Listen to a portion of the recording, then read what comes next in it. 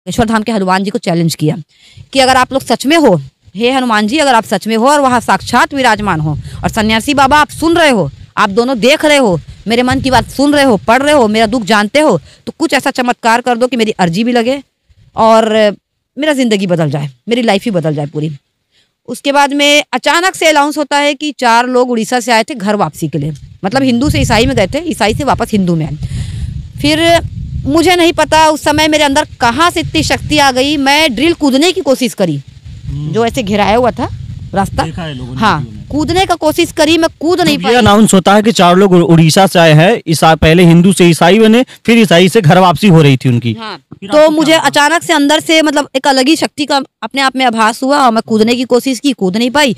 फिर ड्रिल के बीच में जो छोटा सा गैप था, जैसे तैसे फंस के वहां से आर पार हुई, उस पार निकली, और जैसे ही निकली तो वहाँ एक पुलिस कर्मचारी थे यूनिफॉर्म में। जाहिर सी बात है, पुलिस वाले को तो कोई भी पहचान जाएगा, यूनिफॉर्म में ऑन ड्यूटी, तो उसको पहचान गई मैं पुलिस में। तो मैंने उनको कहा कि सर ऐसी ऐसी बात है, मैं मुस्लिम धर्म में जन्मी हूँ, लेकिन मैं पूजा इनकी करती हूँ और मैं आज ये पूरी दुनिया के सामने बोलना चाहती हूँ, मेरे को इनके ऊपर विश्वास हो रहा है, हो गया करके, ऐसा करके मैंने उनको कहा। तो उन्होंने वहाँ समिति के जो कार्यकर्ता थे, जो भीड़ को हैंडल करते हैं, उनमें से किसी एक को बोला, फिर वो दौड़ते हुए मेरे को अपने साथ लेके गए, जल्दी चलो, चले जाएंगे गुरुजी। मैं दौड़ते गई, वहाँ मुझे मीडिया ने घेर लिया, क्या हुआ करके। तो मैं बोली, बताया मैंने शॉर्टकट में कि मैं मुस्लिम हूँ और मैं हिंदू धर्म अपना चुकी हूँ मन में, और आज सामने में पूरा लाइव आना चाहती हूँ, इतना ही बोला मैंने। तो फिर वो समिति का जो मतलब वो थे मेंबर थे, वो जाके गुरुजी के जो पीए थे नरेंद्र भैया, जो उनके साथ आए थे, उनके बात कानों में डाली, उन्होंने भैया को डाला, मतलब बागेश्वर धाम के गुरुजी को, और फिर मुझे मंच में बुलाया गया, और फिर जो सब हुआ वो तो आपने देखा है। तो इस तरीके से आप मंच पर पहुंचती हैं। हाँ। तो आप ये बताइए, 10 साल से आप एक चीज बोलना चाहूंगी, मैं मंच तक गई, लेकिन मेरे मन में ऐसा 1% नहीं था कि मैं ये बोलूं कि मैं आपको भाई बनाना चाहती हूँ।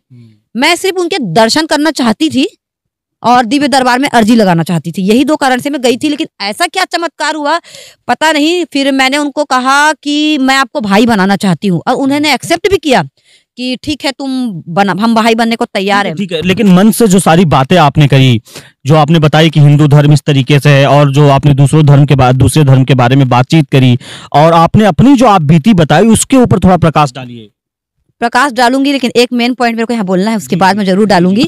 मेन पॉइंट ये है कि आप खुद सोचिए कि जो इंसान किसी भी लेडीज या लड़की से अपना पैर नहीं छुआते, वो मेरे को राखी के लिए कैसे एग्री हो सकते हैं। चाहते तो बोल सकते थे कि हाँ ठीक है, हम तुमको बहन बना देंगे, लेकिन हम अपने को छुआते नहीं है, लड़कियों से दूर रखते हैं, लेडीजों से। तो पता नहीं वो भी कैसे एक्सेप्ट किए। और ये कि चमत्कार की बात है, जब मैं राखी बांधी, आपने भी देखा होगा कि मैंने उनसे कुछ बात किया था नारियल देने के बाद।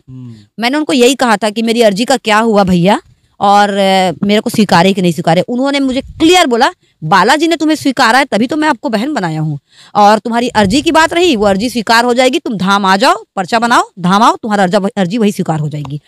इसका मतलब है उनको ये आभास हो गया था बागेश्वर धाम के बालाजी से कि वो मुझे बहन बनाए, तभी तो उन्होंने कहा कि बालाजी ने तुम्हें स्वीकारा है। बालाजी ने स्वीकारा निश्चित तौर पे।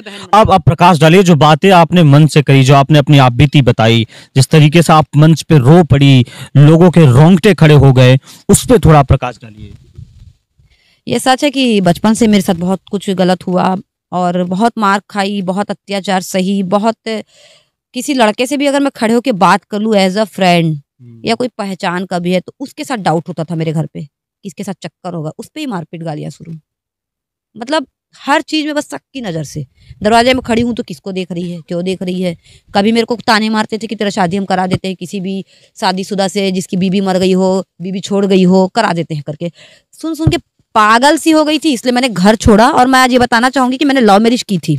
ये पूरा परिवार आपके साथ इस तरीके से बर्ताव करता था?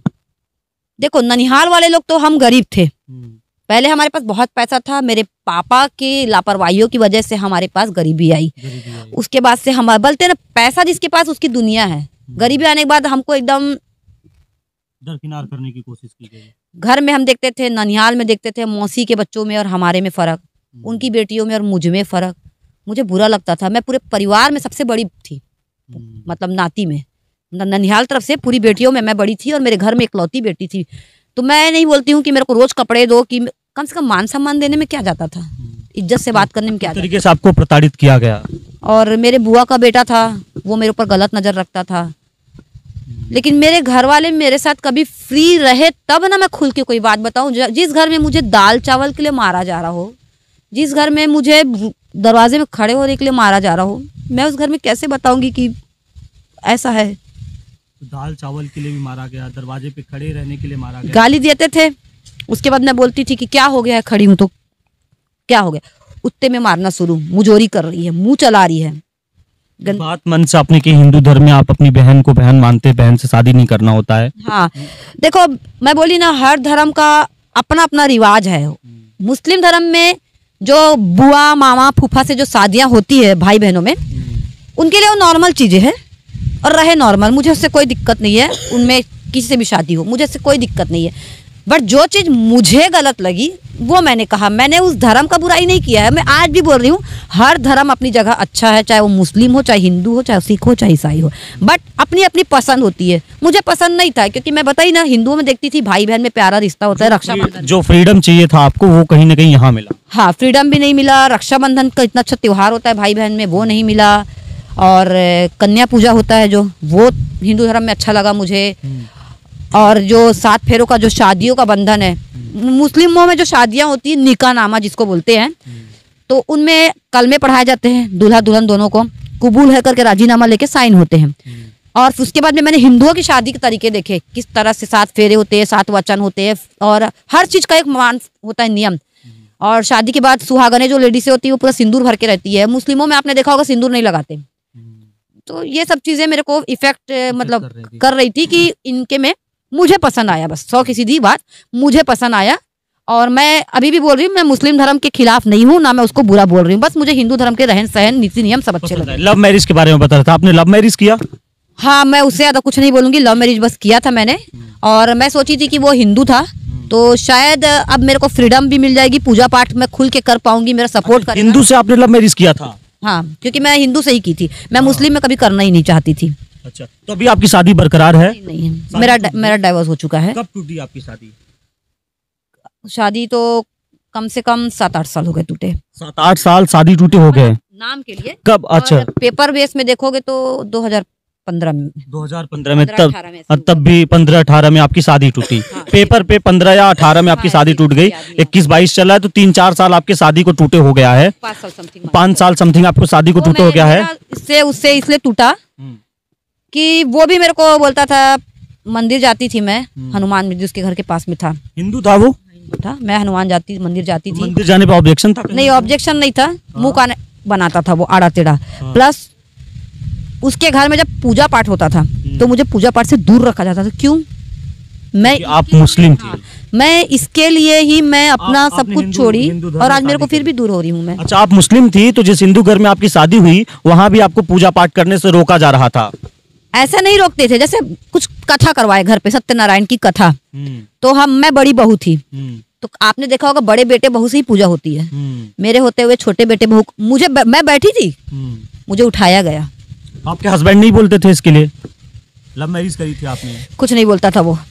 माँ की बात भी सुनता था, मैं बोलती थी तो मेरे से झगड़े होते थे। वो बोलता कुछ भी नहीं। आपका भरोसा लव मैरिज से भी उठा मेरा भरोसा, और धोखा हुआ आपके साथ? धोखा हुआ कुछ भी नहीं मतलब। और फिर उसके सहते हुए भी मेरे को घर घर जाके खाना बनाने का काम किया मैंने।